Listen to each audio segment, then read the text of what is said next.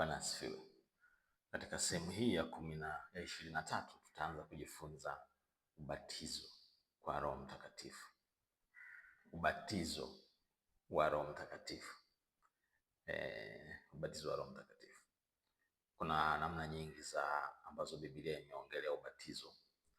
Imeongelea ubatizo wa Yohana Mbatizaji, ubatizo kwa Roho Mtakatifu, ubatizo wa Roho Mtakatifu, na pia Yesu aliuongelea ubatizo ambao alitakiwa kubatizwa nao na alibatizwa nao.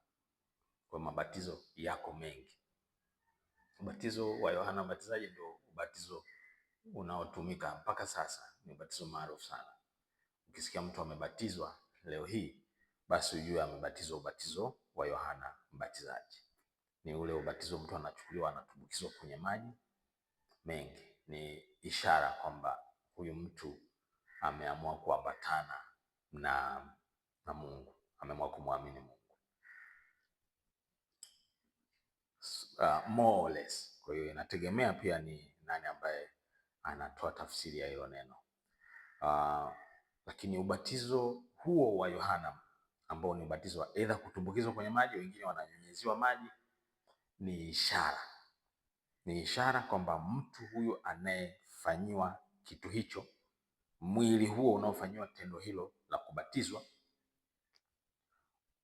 unatangaza. Huyo mtu anatangaza wazi, anatangaza hadharani, ni tangazo la hadhara kwamba huyu mtu ameamua kumwamini Yesu. More or less ameamua kumwamini Yesu. Nasema more or less kwa sababu na qualify. Kuna wengine wanasema ubatizo ndio kuokoka. Kuna wengine wanawabatiza watu waingie kwenye dhehebu fulani, yani unabatizwa uwe wa dhehebu fulani. Nataka nikueleze, unapobatizwa unakuwa wa yule uliyebatizwa kwaye. Unabatizwa, wengine wanabatizwa kwa majina ya watu, majina ya madhehebu. Wengine wanabatizwa kwa jina lake Yesu.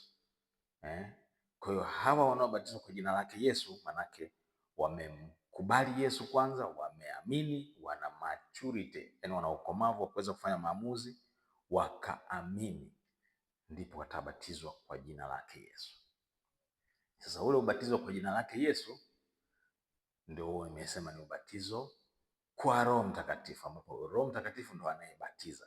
Mbatizaji ni Roho Mtakatifu. Ubatizo wa kwanza ule mbatizaji ni Yohana Mbatizaji, lakini na siku hizi wako wabatizaji wengi tu. Hata mimi mwenyewe nishabatiza watu kadhaa wa ubatizo wa Yohana. Lakini ubatizo kwa jina la Yesu, anayebatiza ni Roho Mtakatifu.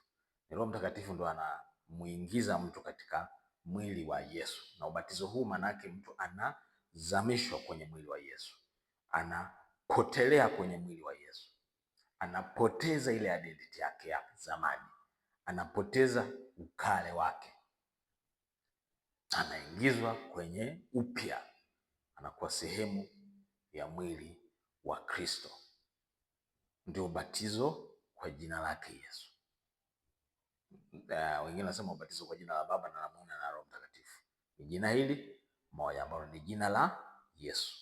Kwa ukisoma vizuri utaona anasema ni kubatiza kwa jina la Baba na la Mwana na la Roho Mtakatifu, ambalo ni jina moja, ni jina la Yesu. Ngoja kusomea sehemu hapa kidogo, inaelezea kidogo tofauti kati ya ubatizo ule wa maji, ubatizo wa maji mengi au wa maji wowote ambao ni ishara, na uhalisi wa ubatizo ni upi? Matendo ya Mitume sura ya 1 mstari wa 5 anasema, hata alipokuwa amekutana nao aliwaagiza wasitoke Yerusalemu, bali wangoje ahadi ya Baba, ambayo mlisikia habari zake kwangu, ya kwamba Yohana alibatiza kwa maji. Angalia hapa, ana contrast batizo za aina mbili. Kwa ubatizo wa Yohana ameuweka upande mmoja, kwa hiyo ule ni ubatizo wa ishara. Anasema bali ninyi au lakini ninyi mtabatizwa katika Roho Mtakatifu baada ya siku hizi chache. Kuna mahali pengine anasema huyu Yesu naye ni mbatizaji. Nitakuonyesha sasa huyu Yesu ndio huu ambao anaosemea hapa. mtabatizwa katika Roho Mtakatifu, maanake Yesu sasa anauchukua mwili wako anautumbukiza katika Roho Mtakatifu. Unabatizwa, unakuwa wa Roho Mtakatifu, unakuwa mali ya Mungu, unaanza kuyadhihirisha mambo ya Mungu. Ubatizo mwingine lazima ni ubatizo. Yesu mwenyewe alisema alibatizwa ubatizo wa kufa, alibatizwa kwenye ardhi. Kwa hiyo ni vizuri tukaelewa sasa kwamba kubatizwa ninakokuongelea hapa sasa ni kule kubatizwa halisi, kule kubatizwa kwa Roho Mtakatifu, kubatizwa ambaye mbatizaji ni Yesu na kinachotumika kumbatizia huyu mtu ni Roho Mtakatifu. Ni mtu anazamishwa katika kweli yote, anazamishwa katika mbingu yote, anazamishwa katika Kristo wote, anazamishwa katika Mungu wetu, Mungu wote, anazamishwa awe wa Mungu, anabadilishwa awe wa Mungu. Nikisoma tena Yohana 1:33 anasema, wala mimi sikumjua, lakini yeye aliyenipeleka kubatiza kwa maji, huyo aliniambia, yeye ambaye utamwona Roho akishuka na kukaa juu yake, huyo ndiye atakayebatiza, huyo ndiye abatizaye kwa Roho Mtakatifu. Kwa anayebatiza kwa Roho Mtakatifu ni Yesu, kwa sababu hii Yohana sura ya 1:33 inaunganisha na Mathayo sura ya 3 mstari wa mwisho pale ambapo tunamwona Yesu akienda kubatizwa na Yohana. Na Yohana baada ya kumwona Yesu anakwenda kubatizwa naye aligoma, akasema mimi siwezi kukubatiza wewe kwa sababu mimi mwenyewe nahitaji kubatizwa na wewe. Lakini Yohana alikuwa hajui kwamba yeye tayari alikwisha batizwa kwa Roho Mtakatifu kabla hata hajazaliwa. Kwa hiyo Yesu alikuwa amekwisha mbatiza Yohana kabla hajazaliwa, akiwa tumboni mwa mama yake. Mstari wa 30 hadi wa 31 anasema, huyu ndiye niliyenena habari zake, ya kwamba yuaja mtu nyuma yangu ambaye amekuwa mbele yangu, kwa maana alikuwa kabla yangu, wala mimi sikumjua, lakini kusudi adhihirishwe kwa Israeli, ndio maana mimi nalikuja nikibatiza kwa maji. Kwa ubatizo wa maji ulikuwa kwanza ni ishara, na mpaka sasa utaendelea kuwa ishara. Kwa hiyo ishara haijaisha bado. Kwa hiyo bado kuna watu wanahitaji kukiri, wabatize, kudhihirisha kwamba wamemwamini Yesu. Hapa tunaposoma tunaona kwamba ni Yohana Mbatizaji anayeongea. Yohana Mbatizaji anasema kwamba yeye alikuja akibatiza ili kumdhihirisha Yesu, na baada ya kumaliza kumbatiza Yesu, Yohana Mbatizaji alikuwa amemaliza kazi yake. Ndio ilikuwa kazi yake, ilikuwa everything that he had, his purpose was to reveal Jesus to the world, to the Jews, at least to Israel. Kwa alianza kumfunua Yesu kwa Israeli kwa kumbatiza. Baada ya kumbatiza tu Yesu sasa akapata na ubatizo mwingine pale pale, ubatizo wa Roho Mtakatifu. Sasa aliyembatiza Bwana Yesu ni Baba mwenyewe. Mungu Baba mwenyewe alimbatiza Mungu Mwana. Hapo mkanganyiko Baba alimbatiza Mwana, ubatizo kwa Roho Mtakatifu. Hapo wote watatu hapo, yani ufunuo wote wa Mungu unadhihirika pale. Ufunuo kama Baba, ufunuo kama Mwana na ufunuo kama Roho Mtakatifu umeungana pamoja katika hilo tendo moja hapo, ubatizo wa Bwana Yesu Kristo. Kwa hiyo ubatizo ninaoongea mimi sasa ni ule wa mtu kushukiwa na Roho Mtakatifu. Roho Mtakatifu anamshukia mtu juu yake. Mtu anabatizwa, anapokea kipawa cha Roho Mtakatifu, anapokea na vipawa vingine.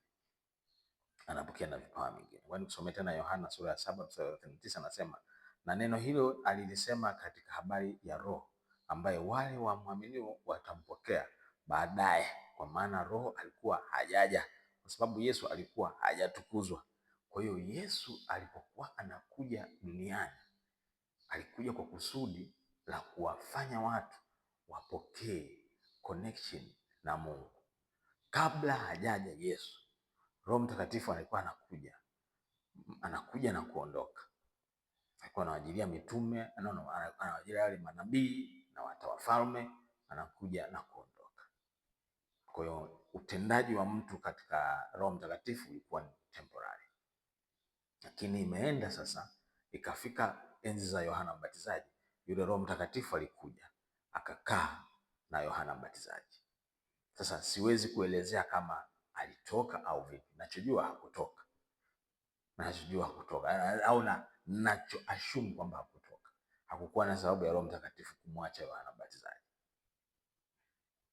ila udhihirisho kamili ulikuja kwa Yesu. Sasa Yesu alipokuja ndio ilikawa utimilifu wa ujio wa Mungu kwa namna ya Roho Mtakatifu kwa watu, ikawa ni ujio wa kudumu. Kwa tendo hili lilitokea katika matendo ya ukisoma katika Matendo ya Mitume sura ya 2 mstari wa 1 mpaka 4, nitakusomea. Nasema, hata ilipotimia siku ya Pentekoste, walikuweko watu mahali pamoja, kukaja ghafula toka mbinguni uvumi kama uvumi wa upepo wa nguvu ukienda kwa kasi, ukaijaza nyumba yote waliokuwa wameketi. Kukatokea ndimi zilizogawanyika kama ndimi za moto, uliowakalia kila mmoja wao. Wote wakajazwa na Roho Mtakatifu, wakaanza kusema kwa lugha nyingine kama Roho alivyowajalia kutamka. Hii upepo ulitokea kama upepo, uvumi mkubwa wa upepo, nasema like a mighty wind, kama upepo mkuu, kama kimbunga, kama tufani, kaja ikawakalia wale watu juu yao. Hiyo picha inaonyesha kwamba walipokaliwa juu yao wale watu, wakajazwa, wakawa filled by the Holy Spirit. Kwa hiyo walibatizwa kwa Roho Mtakatifu, wakajazwa Roho Mtakatifu. Kwa miili yao ikawa imejaa Roho Mtakatifu, miili yao ikawa imejaa mbingu, miili yao ikawa imejaa divinity, ikawa na the divine nature of God, ikawa imejaa uungu wa Mungu. Miili yao ikawa inaweza kuyadhihirisha mambo ya mbinguni. Ukatokea utimilifu ile sala ambayo Bwana Yesu aliwafundisha wanafunzi wake katika Mathayo sura ya 6. Ufalme wake ukawa umetimia sasa kwa watu. Sema zilikaa ndimi kama ndimi za moto juu yao, ziliwakalia, wakaanza kunena kwa lugha mpya kama vile Roho alivyowajalia kutamka. Kwa kule kunena kwa lugha mpya ni matokeo ya wao kujazwa na Mungu. Mtu aliye na uwepo wa Mungu wakati wote ana nguvu za Mungu. Akinena kwa lugha mpya inakuwa ni namna ya mwilini ya kudhihirisha ule uwepo wa Mungu katika mwili wake. Kwa kimwili anaachilia zile nguvu za Mungu, anaachilia karama, anaachilia vipawa, anaachilia mambo ambayo sio ya kufikirika, sio ya kibinadamu. Anayaachilia hayo yaanze kutawala katika mazingira aliyokuwepo. Kwa hiyo kinachoanza ni unabatizwa, alafu then unajazwa Roho Mtakatifu. Hii kujazwa Roho Mtakatifu nitaiendelea kuongelea baadaye, lakini kubatizwa, mtu anabatizwa mara moja, kishabatizwa tu then anabakia yeye sasa kufanya jitihada za kuchochea karama alizonazo na kujazwa na kukaa katika ujazo, katika uwepo wa Mungu wakati wote.